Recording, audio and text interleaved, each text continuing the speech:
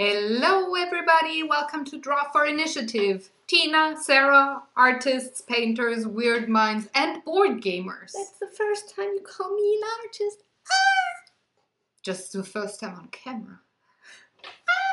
So, today we are having paintings for Aqua, which is a lovely game for 2 to 4 players that are 12 years or older, and you take about 60 to 100 minutes per round. It's a competitive Euro-style game that plays underwater. And surprisingly so. Surprisingly so, yeah.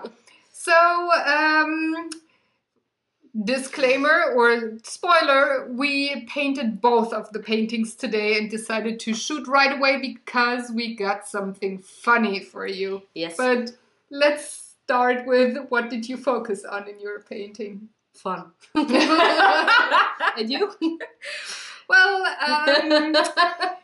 I actually just wanted to have bright colors and the octopods, the squids, octopussy. Yeah, octopi. No, it's octopi, I'm pretty certain. Oh, now I'm getting hungry. True. Octopi. Yeah. So those squid-like krakens, the kraken creatures. Squids are the other ones with the heads. Oh, with the penis head. Yeah, so I wanted to have those. Dirty mind again. Sorry, I wanted to have the octo krakens and lots of bright colors in my game because I like the colors of the game, actually. True. So let's see what we painted, and I can promise you already we will probably have a lot of giggles in the voiceover, so bear with us there. There we are, and we are painting. Sketching first. Whatever. Yeah. So this was a super fun painting to do. Yeah. And it was even more fun once we had both of our paintings completed. Yeah, you can pretty much choose whether we just switched hands or whether we just switched personalities. Yeah. We synced up our brains. Yeah. And were very much inspired by the same thing to paint. But yeah, I chose to sketch with graphite pencil because I knew I would ink before I would color. And you went with watercolor pencils. Yeah, since I choose to use the ink just as some highlights, not as outlines. Yeah, so it's once we had our paintings finished and talked about it before shooting the intro and voicing over this one, we said, you know, it's really backwards this time. Tina took less that time than I did. Hers was 65 minutes and mine is 106 minutes long. And she has a smaller surface than me, and I have more fiddly stuff than her on the pen, so we really switched personalities here today. Which is the first reason that makes me giggle a lot. Well, yeah. Yeah. Let's see if you color before me. That would be another one. Oh yeah, let's look for that. But as you, dear audience, can already see, we have something else in common there. It's submarines and octopods. Oh, you're coloring before me. Yay! Oh man, this is so meta. Oh shoot! Oh boy! So yeah, that happened. Welcome to early opposite day. Yeah, that's very true. You used the tombos again to work with. Did they work as nicely as they did with the last painting? It was so easy this time. Yay! It was so easy. Yay! You can't see, audience, but I'm dancing in my chair because I'm very happy. Be glad you can't see it. It's not pretty. Oh, yeah. I'm very happy that they worked super well for you this time. I really liked the outcome this time. I just remember once that I was that proud of one of my watercolor paintings, and this was Forbidden Island. Yeah. Yeah. Well, it's kind of similar there as well with the repainting the same thing. Yeah, true.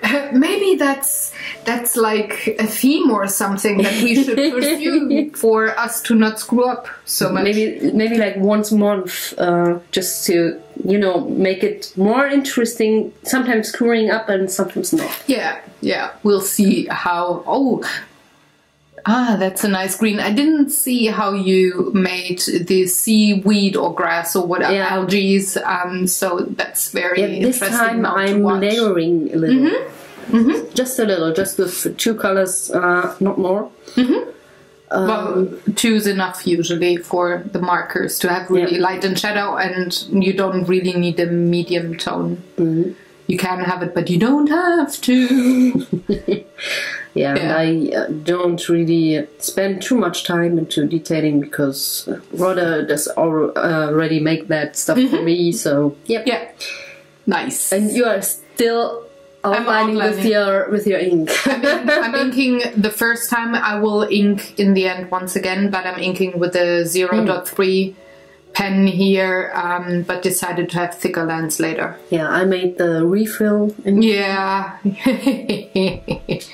Someone left those Tombow things, those brushes empty. I don't know who it could have been, possibly, but I had to refill. Yeah, probably. He's always when we are not noticing, he's up here and drawing. I swear. He's in my studio like once a month. That's when he empties those brushes. I'm very, very certain. But I'm coloring too. Yay! Finally, I got there as well. But I used the Kuretake watercolors too. And they are, again, so brilliant. I love them. They are so cool. They're pretty bright. You could say declining brightness, first the Tombows, then the Kuretake, and then the Schminke watercolors that I have when it comes to really being in your face with bright colors. Yeah, like cartoonish style colors. And you're at your submarine. It's a lovely color, yellow, don't you think? It's right now a little bright, but I will tune it down later on, so don't worry about that. Why did you choose the yellow submarine? We are the yellow. Really? Because of I don't know. I just had that capsule-like submarine in my head, and those for me are always yellow. Maybe it's more. I think I remember one from Dragon Ball back then. But she had a yellow one. Yes. Back in the day when we were young, and didn't have gray hair. Yeah, true. I remember. And I think that just reminded me somewhat of that. They're also pretty close to the real pots that they have for, I don't know, the Titanic searching underwater things. I remember that too. Maybe because you can see them better if you are, if they're getting lost and you try to find them. Yes. And if you, dear audience, are wondering why our octopi, which make us hungry again, are both purplish, that's because it was the theme of the game. And they were purple pots. Purple pie. Purple pie. Oh my. Oh no, I'm getting really hungry. Damn. We just had dinner. It's and sorry, that's my coffee machine. Maybe the microphone won't pick it up when we talk louder. It will. I'm pretty certain it will. It actually, when we shoot Gamers Couch, just a little behind the scene info. Whenever our downstairs neighbors close and open their door, we hear it on the mic. Really? When we shoot upstairs, so that one really picks up stuff. Yeah. Anyway, back to the painting. Yeah, back to topic. Where I'm doing nothing again. Yeah. You're letting it dry in between. See? Probably, yes. And now the bubbles come in. And I'm coloring my station. Yeah. where all the science goes on. So you're already putting down shadows. You usually do that later on. It's not actually a shadow I was mixing on paper. I was too lazy to get a palette to mix on brown and blue, so I mix it on the paper. It's like,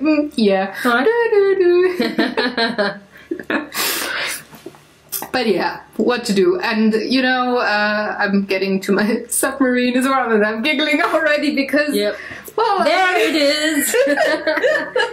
We are living in a submarine. I always play yellow with this game, and the most funny thing to me in both paintings are that we both have a yellow submarine and we both have a purple octopod hanging on to the back of the submarine and going for a roller coaster ride or something. Yeah, it's oh my god. You should have seen the look on her face when she saw my picture and the other way around. It was like unbelievable.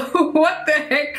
We painted the same thing again. I mean, by now it shouldn't surprise us as much as you know in the beginning, but still, it's but you those know, moments. There's so many other things we could have painted about that game, and we both have the clinging on octopod to the yellow submarine.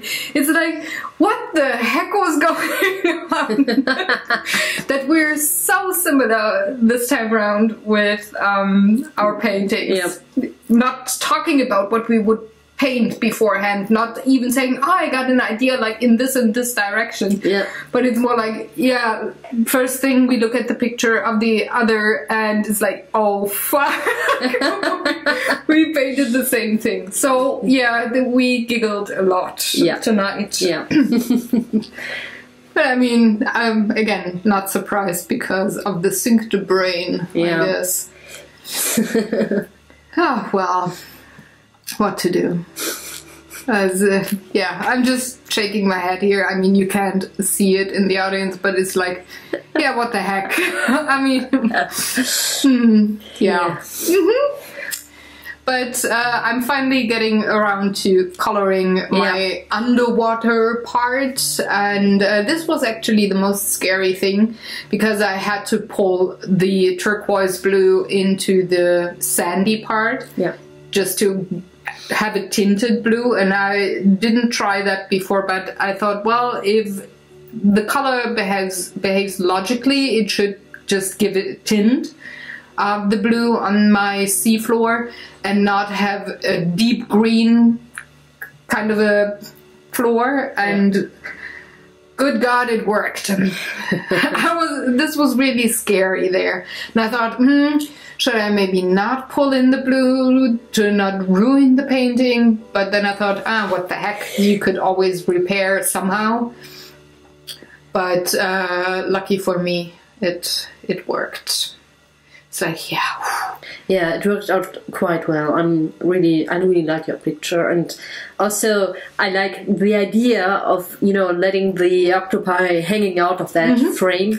That was actually inspired by the Taco Challenge painting Sharing Knowledge that I did with your background, where I had the books going out of the frame, and I thought, I really like that. So let's do that with the octopods, octopi, whatever. Let's do it with the purple pie. Let's do it with the purple pies as well, just to make it goofy and have a tiny gimmick in there. And then I had to let it air dry for quite a bit before hitting it with my blow dryer. So, and on my side, you can see you're shading. Yeah, that, and I decided to not have that guy in the